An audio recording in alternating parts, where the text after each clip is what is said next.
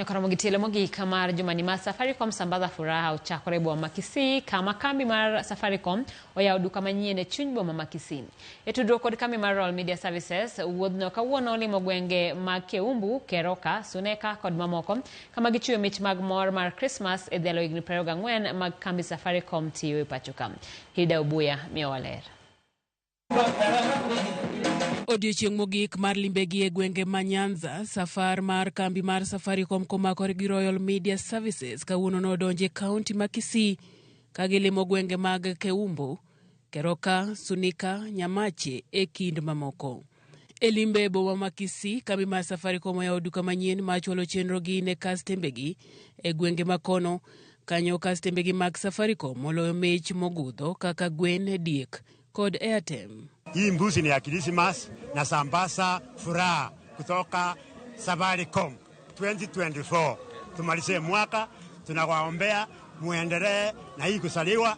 Hii ni wakati wa ya kusaliwa wa Safaricom. Na sisi hapa Keroka tunafurahia. Kochakore gwenge mag Keumba, jodak e gwenge ma safarno ne ochung'e oyudo thuolo mar romo gi jolendo mag Gesa FM kod Citizen kaka Melody Sinzore, Vincent Atea, Abdi Munai kaachiel gi jominyiero kaka Inspector Mwala. Safaricom limo gwenge duto mane tung Kenya ka gigone kastembe gi erokamano kuom chung' kodgi kuom thuolo mar higni 24 ma gisabedo ka gichiwo chenro gi e pacho ka. Let me just tell you, the people of Keroka have not disappointed us.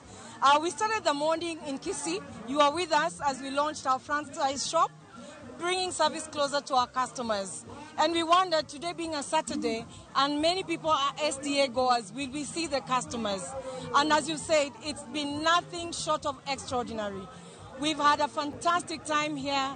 The crowds are beyond our imagination and our expectation. Kochakore odiochieng' makiny, kambi mar Safaricom kod kambi mar Royal Media Services donje kaunti ma Nairobi ka gidhi nyime kod dhialo kastembegi gi mich mag Christmas. Hilda Obuya, Ramogi TV.